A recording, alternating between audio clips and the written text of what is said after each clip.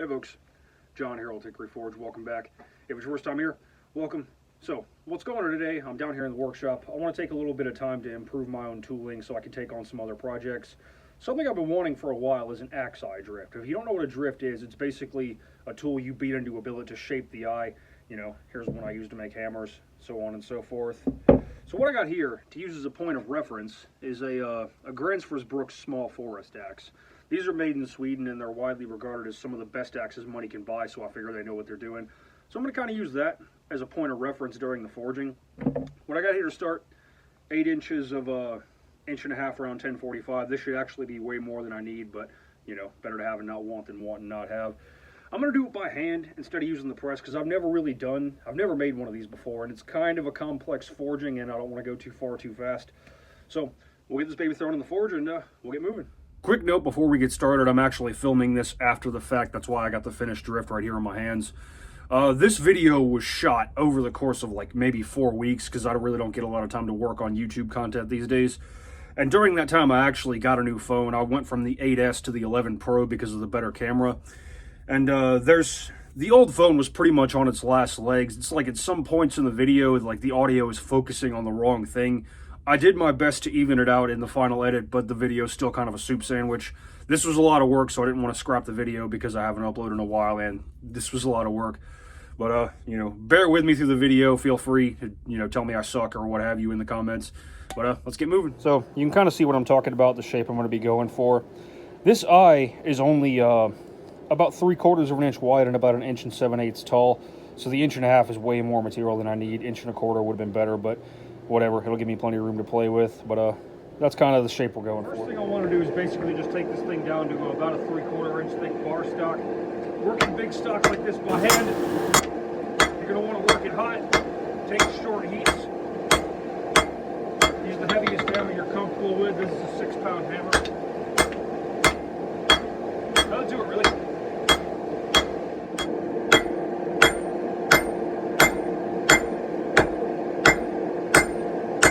So, after about 30 minutes of some heavy hammer work, we got this thing brought down to about 3/4 inch by about 1 7/8 inches, so it's already pretty close to where we need it. Next thing we need to do is forge the profile of the drift and then forge all the tapers and everything.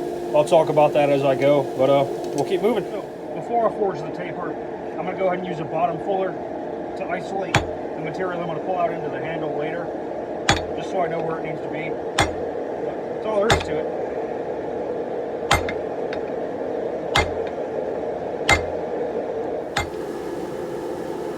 That'll do for now. What's going to happen now, we just need a nice steady taper, so we're just going to work it kind of like we would if we were forming the point of a knife. We want this side to stay pretty flat. Now, we don't really need to touch it much up here because we're already pretty close to section. So I'm just going to start down here.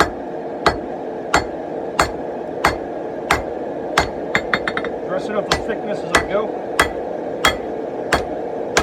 And work my way up. So just keep working the taper. Dressing up the thickness. That'll do it, really.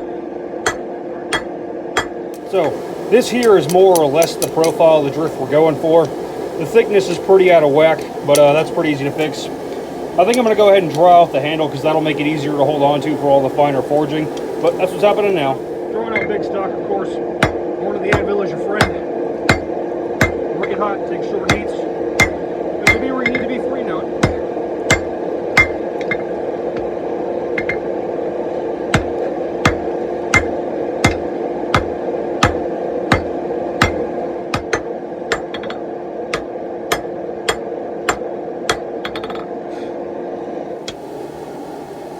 Alrighty, got the handle pretty much drawn out. Now I got a real nice work peg to hold it by. Next thing that's got to happen, we got to taper the drift in this plane so we get that nice hourglass shaped eye. And we got to kind of bevel it like we would a knife blade to get that teardrop shape. But that's what's happening now. Like I said, we need a distal taper, so we're just going to take it to the horn, start at the point, and work our way up.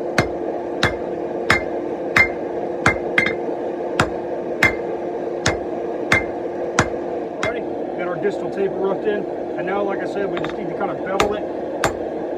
Not a whole lot, but just enough to get that teardrop shape we're looking for.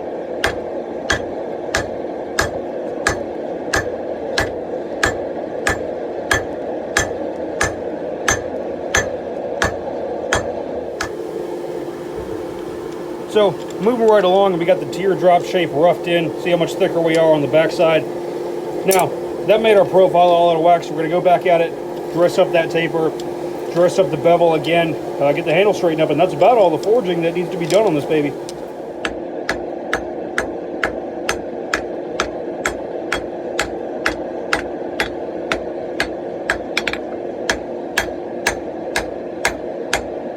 Alrighty, here we are off the anvil. It's looking pretty good.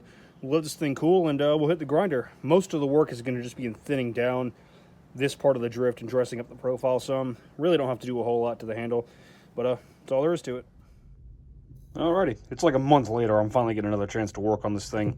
Basically, all we got to do is break these corners, round that end up real nice, round this end up real nice, make this flat, convex the whole thing, and then just kind of clean it up a little bit, and that's really all there is to it.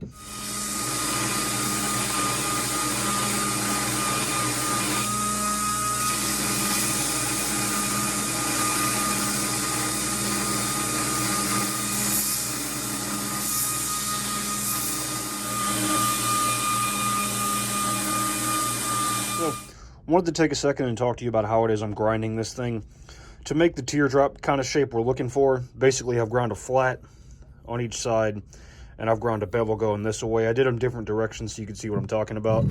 It's kind of hard to see the cross section of the drift, but it's looking pretty good, so we're just going to run this whole thing over the slack, blend all the lines together real nice, smooth that up, and keep moving.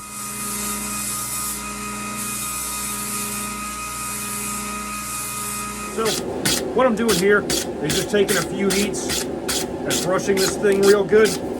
This will leave us a nice smooth surface finish, and having the scale on it will help prevent rust to some degree, but that's all there is to it. So, to test out the drift, I've just got a piece of scrap steel here. I'm going to forge weld the front ends together, and then use this little bit back here to see if we get the shape we want.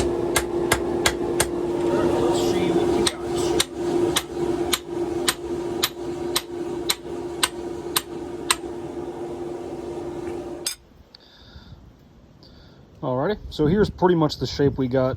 It could stand to be a little rounder back in here, as well as have a little more of a taper this way. So I'll probably go back to the grinder and fix that up real quick and give it another try.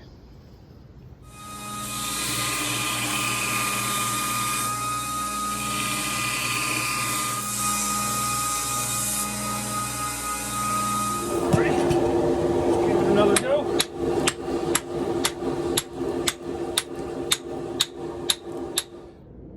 Much better. So there we go. One axe side drift, forged by hand.